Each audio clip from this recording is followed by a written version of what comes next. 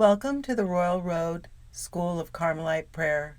St. Teresa of Avila tells us that the divine path of Carmelite or silent prayer is the royal road to heaven, and that those who travel it will be given a great treasure. A link to the Praying with Teresa of Avila website has been provided below to enable you to easily find today's presentation, the Prayer of Union, an attitude to adopt towards supernatural prayer.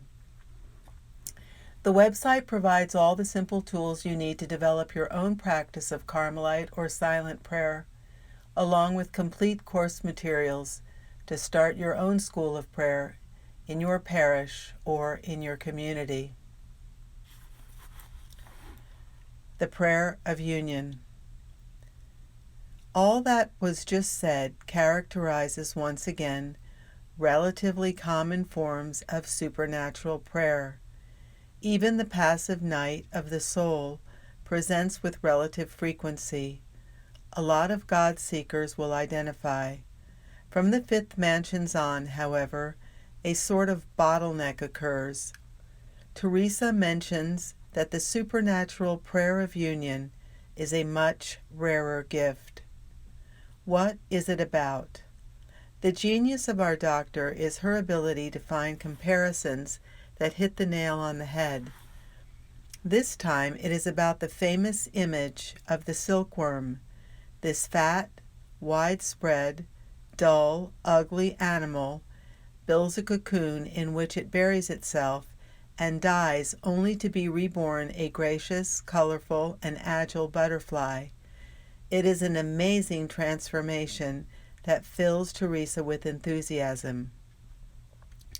Yet it is still less surprising than her accomplishment of the supernatural prayer of union. The soul is grasped by God and completely taken over at its essence. It is no longer the power of the will, the intellect, or the imagination that is fixed on the divine object. It is the whole being that is captured, seized, so much so that all psychological activity is suspended, which would normally bring about a loss of consciousness, of time, of one's surroundings. Because we have in fact excluding exceptions contrary to the laws of nature, no awareness of our me other than a manifestation of a physical or psychological activity. The soul who has been thrust like this into God realizes, once restored to consciousness, that it was introduced into another world and came out of it totally transformed. Sometimes this encounter is so rough and the soul feels transported in the arms of a giant, writes Teresa, that she feared for her life, and she spontaneously cited, saying what happened, the expressions of St. Paul, according to whom we are buried with the Christ to be reborn to a new life, or that Christ is our life. We are facing a much rarer experience, one that is at the same time much more difficult to recognize and to explain. Teresa, after having described the prayer of union, was mainly interested in its effects, loyal to the gospel principle of discernment, according to which you recognize the tree by its fruit. This gift of union results in a new life for the person blessed to receive it, a life in unison with Christ's life. Not that the thoughts are always enmeshed with those of Christ, which would render executing the humble tasks of daily life impossible, but the will submits willingly to the smallest promptings of the Holy Spirit as they occur. Our author will continue with the 6 mansions, a description of the graces that accompany, at least for her, the prayer of union. She insisted on the emotional repercussions of such gifts, showing that the whole being was consumed not only at the level of knowledge. She added an enumeration of the experiences of all sorts, hardly compatible, at least with the loss of consciousness that we were talking about, which punctuated this period of her life where she was blessed with the prayer of union. She will then experience visions and images, which will be lavished upon her, visions deep inside, profound insights into certain mysteries that she will call intellectual visions, as well as the impressions of the presence of Christ at her side that her confessors will also call intellectual visions. She herself remained reticent about merging the two visions. John of the Cross, according to his grace and his own genius, will talk of similar experiences in the last stanzas of the spiritual canticle, and especially in the Living Flame. As for the graces of the prayer of union, should we really talk about exceptional gifts or rare experiences? It would seem, in fact, that they are not found on every spiritual path. All the same, not all canonized saints, nor those able to be canonized, have had these gifts. Here is the witness of a simple person who, at this moment, does not really understand what happened to her. This happened during the communal prayer in the chapel. I was overtaken by the presence of God, as I am at times. Jesus was there. I was not thinking about anything, but he was there, and I was with him. When it was over, I was surprised. Everyone had gone. The others thought that I had gone to sleep. I was certain not to have gone to sleep. But during this time, I was not aware of anything going on around me. The knowledge of the person and of her habitual nature of behavior allows us to think that something ecstatic happened here. As far as intellectual visions or visions and images of which Teresa of Jesus spoke, they are not directly related to a life of interior prayer. However, it is possible that we can contrast them with certain relatively frequent experiences noticed during or outside of interior prayer. It sometimes happens that a gospel verse read so often that it is known by heart comes up during prayer, but this time a whole new sense is revealed. It seems to us to be right on target, adapted personally to us, or illuminating an aspect of our life to an unexpected depth.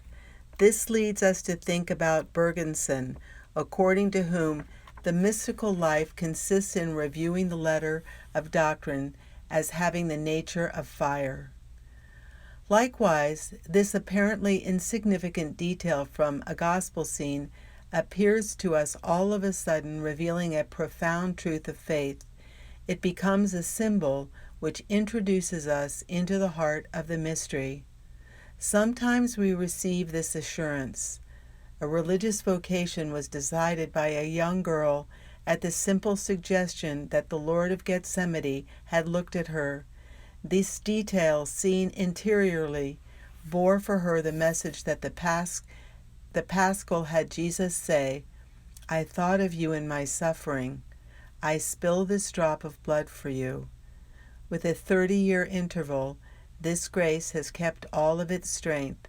It is similar to the experience to which Teresa of Lisieux makes allusion when she reports the feelings that overcame her at Sunday Mass, seeing the bloody hand of Jesus on the cross come out of the pages of her missal.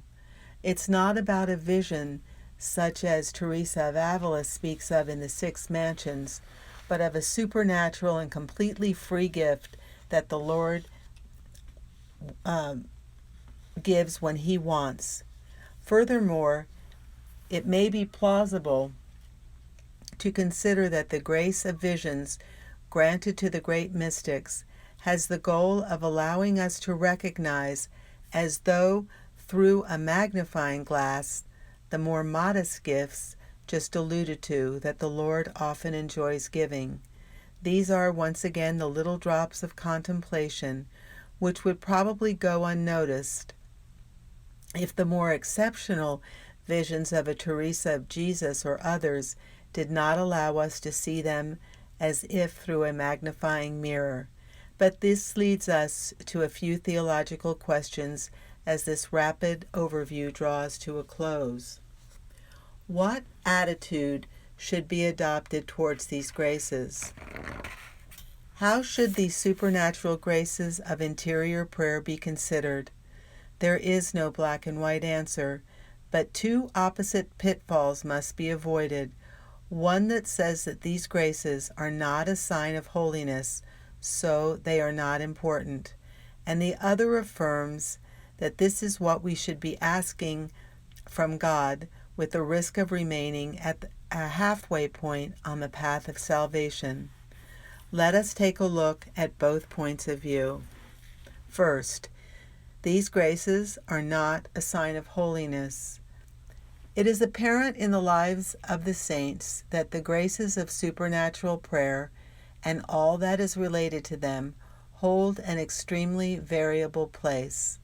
According to certain of his biographies, Saint Vincent de Paul hardly experienced this type of prayer, but was nevertheless invited to take his place in the gallery of saints, even if it wasn't strictly speaking in the area of prayer.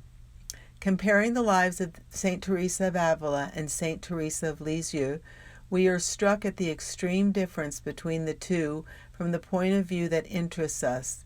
In the latter, very few things were out of the ordinary, while with Saint Teresa of Avila a lot was. But she knew the same simplicity in the last 10 years of her life, even though they were the busiest and the most productive. Both, however, were two great saints. Therefore, we cannot say that these graces are really appropriate criteria to evaluate the degree of union with God, if we can and must evaluate it.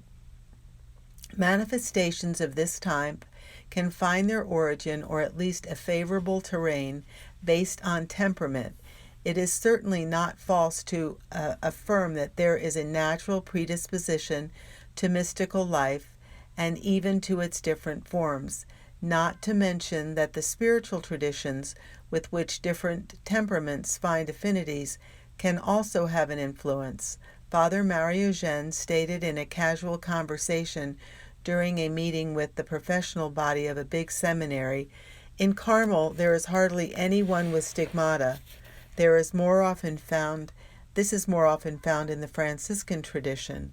With us, it is more often the graces of interior prayer." We are on a mysterious ground which requires exploration. What can we conclude is again from Teresa of Avila: God doesn't lead all by one path. So not because all in this house practice prayer must all be contemplative. That's impossible. And it would be very distressing for the one who isn't a contemplative if she didn't understand the truth that to be a contemplative is a gift from God. And since being one isn't necessary for salvation, nor does God demand this, she shouldn't think anyone will demand it of her. The Lord leads her as one who is strong, saving her what she doesn't receive here below, so as to give it all to her all at once. Thus, should we be concerned with these graces? This would seem to be the other pitfall to avoid. These graces are helpful and even precious. If they are, as we have seen, a way that God intimately communicates with souls, to consider them null and void would be to ignore God's love and his desire for union with his creature. Thus John of the Cross, like Teresa of Jesus, did not hesitate to say that if these graces were not encountered more often, it's not God's fault. Let's listen to Teresa again. "So I say now that all of us who wear this holy habit of Carmel are called to prayer and contemplation, this precious pearl of contemplation that we all speak about. Yet few of us dispose ourselves that the Lord may communicate it to us. But in the practice of virtues that are necessary for arriving at this point, we need very, very much and cannot be careless in either small things or great. The fact is that these graces are precious. The price is linked to the fact that God is communicating himself. We need to remember the word that God gave to Aaron and Miriam concerning their brother Moses, to whom God did not communicate through dreams or visions, but face to face. These graces are also precious because of the fruits they produce. We only need to recall the joys that Teresa called gustos, or the insights that warm as they enlighten and dramatically increase enthusiasm for the good. And what is there to say about the prayer of union, which transforms its recipient from a fat worm into a light butterfly? In other words, allowing the person to live a brand new life in which the Lord is always served first. The effects of these forms of supernatural prayer and their usefulness to its recipient or to God's people determine their value. First of all, we notice that the Lord acts as the spouse in the spiritual canticle. He stands at the door and he knocks. A person who is still attached to earthly food or tempted to return to Egypt becomes the object of these favors, gustos to be exact. The Lord certainly wants to give the person a taste of the divine in order to turn him away from fallacious food, from the cracked cisterns of which Jeremiah spoke. For those involved in contemporary pasturing, coming into contact with many lapsed Catholics, adults who, after having erred from the Church, find or refine the paths of Christian life, we notice that they often have an easy initial period, full of opportunity, where much is given them, joy to serve God, bursts of generosity, easy recollection, etc. The laws of psychology can explain this phenomenon in part, but to stick to this explanation would be oversimplifying. The divine gifts can overtake the mind of the recipient, resulting in spiritual progress, but no man is an island. A soul who is raised up raises up the world, and it would seem theologically quite healthy to consider the graces of supernatural prayer and all that goes along with them, such as the spiritual gifts, in a technical sense of the word, or graces given for the people of God. As a matter of fact, the recipient of these graces becomes a witness. He speaks from experience and could take as his own the formula of André Froissart, God exists, I met him. His burning experience warms all those who approach him. This heat can remain discreet, but is not any the less of a modest realization of what Bergenson wrote about the mystics. Their life is a calling to come back to what the Western Christians have been living for several decades now. We remark that many of these returning lapsed Catholics of whom we were speaking came back to the faith through contact with the charismatic movement. It is here that they found witnesses who were living and talking about experience that allowed us easily to recognize the second or third way to water the garden of Teresa of Jesus. What can we say about the prayer of union and the exceptional gifts associated with it? Would it not be possible to find yet another key explaining it in Teresa's Fifth Mansion? After having talked about the effects of the prayer of union, in other words, total submission and flexibility to the will of God, Teresa adds, "This union with God's will is the union I have desired all of my life.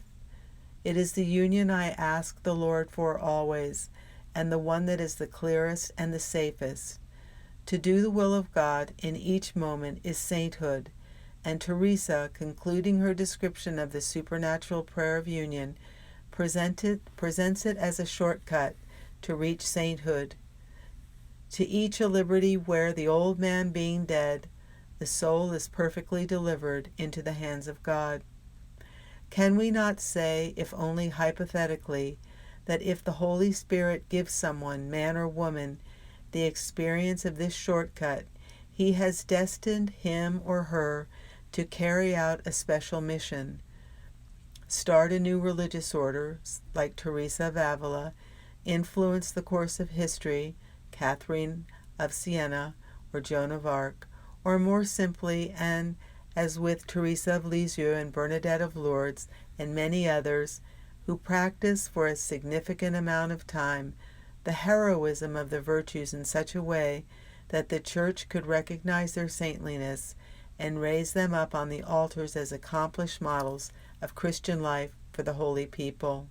Strong drink for an impossible mission has been written about these superior graces. We cannot say that all the mystics blessed with these graces will be canonized saints. Other factors, certainly more human, intervene in a canonization, but there are many worthy of being canonized, and though their influence be more modest, it is not less real. We have spoken of mission impossible, impossible for man, but possible for God. Once a crazy love has been ignited in the human heart, this love is none other than God Himself. This also means that the recipients of this love do not necessarily have a desirable lot in life, as seen from a purely human standpoint. Exceptional difficulties will abound in their lives. Love, when it is real, at least in this world, is always joy and suffering. When love is exceptional, suffering will be too exceptional. Without a doubt, their suffering will tend to cool off the zeal of those who would be tempted to be jealous of the gifts given them. This is the significance of Jesus' response to the sons of Zebedee, who coveted the seats next to him. Can you drink from this chalice? But this should not stop the enthusiasm of generous souls, candidates for crazy love. It is one thing to want to get your hands on the free gifts of the Lord. It is another to be open to all He wants, and even to desire the heights of love, whatever form they would take. Such an attitude would avoid two pitfalls spoken of earlier. God wants us to become saints. In other words, that we merge our will with His in each moment and forever. If He chooses to give us mystical graces, we would be able to truly appreciate the gift given us. But this is far from declaring perfection. We are only to recognize it as a gift He entrusts to us to use for the good of His people and any additional responsibilities.